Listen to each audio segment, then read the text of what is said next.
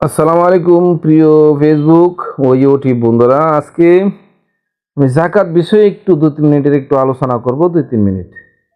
আল্লাহ পাক রব্বুল আলামিন কোরআনুল কারীমের মধ্যে বলে, বিসমিল্লাহির রহমানির রহিম।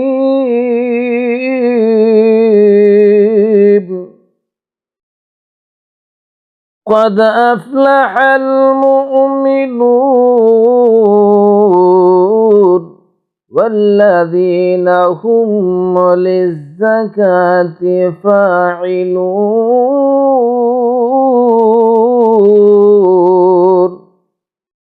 আল্লাহ পাক রব্বুল আলামিন কুরআনুল কারীমের মধ্যে বলে, মুমিনরা সফল কাম হয়ে গেছে, সফল কাম কামিয়াব। তবে মুমিন কারা? সফল কাম হয়ে গেছে। এরপরে ওয়াল্লাযীনা হুম লিযাকাতি ফাইলুন, যারা যাকাত প্রদান করে তাকে তারাই মুমিন, তারাই সফল কাম। এখন রোজার মাস চলতেছে, এখন যাকাতের মাস চলতেছে। এখন আমরা প্রাণ খুলে মন খুলে আমাদের টাকা থেকে গরিবের টাকাটা আলাদা করে যাকাত হিসেবে আমরা দিয়ে দেব। দেখেন, যুক্তিসম্পন্ন একটা কথা হলো, আমি মসজিদে ইমামতি করি। এখন শুক্রবার দিন ইমামতির সময় যদি আমাকে একজন লোকে 1000 টাকা দেয়, বলে হুজুর 500 টাকা আপনি রাইখা দেন, দোয়া করবেন, আর 500 টাকা মসজিদে দেয়া লাগে। এখন আমি যদি পুরা 100 টাকাই রাইখে দিই, তাহলে কি আমি চুর হব? কাল হাসর ময়দানে ধরা পড়ব। কারণ 1000 টাকা পুলটা আমাকে দেয় না, আমাকে এই লোকে দিয়েছে 500 টাকা দেওয়ার জন্য আর 500 টাকা মসজিদে দেওয়ার জন্য, কিন্তু আমি পুরা টাকাটাই রেখে দিছি। তখন কি আমি চুর না আর কিছু? আর যদি পাবলিকে জানে বা মুসল্লিরা জানে, তা আমাকে মসজিদে রাখবে না? রাখবে না।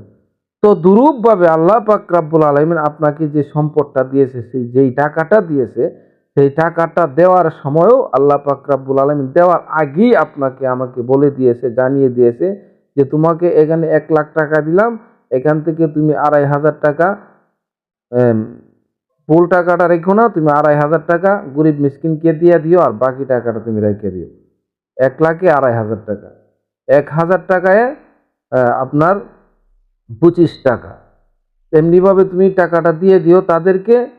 10 লাখ টাকা দিলে 10 লাখ টাকা আল্লাহ আপনাকে দিছে, তো হাজারে 2500 টাকা, লাখে 2500 টাকা হিসাব করে টাকাটা তুমি দিয়ে দিও, এটা গরিবের আর এইটা তোমার। এখন এই টাকাটা আল্লাহ যখন আমরা আর দিছে, আর আমরা পুরা টাকাটাই মেরে খেয়ে ফেলি, তাহলে আল্লাহ পাক রব্বুল আলামিন কি আমাদেরকে জান্নাতে দিবে না জাহান্নামে দিবে? আমরা কি চুরি ধরা পড়বো হাসরের ময়দানে, না সাধু হিসেবে হাসরের মাঠে উঠবো? আমরা চুর হিসেবে হাসরের মাঠে উঠবো। এই জন্য অনুরোধ করছি, যে টাকাটা দিছে পুল টাকাটা আমাদেরকে আল্লাহ দেয় না, যে সম্পদটা আল্লাহ দিছে আমাদেরকে, সে পুল সম্পদটা আল্লাহ আমাকে দেয় না।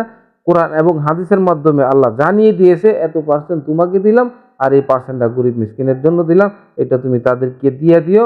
যদি এই টাকাটা তোমার 1 বছর পর্যন্ত ঘুরে এবং জমা থাকে, তাইলে দিও, নইতে দিও না। তো আল্লাহ অনেক এহসান করেছে।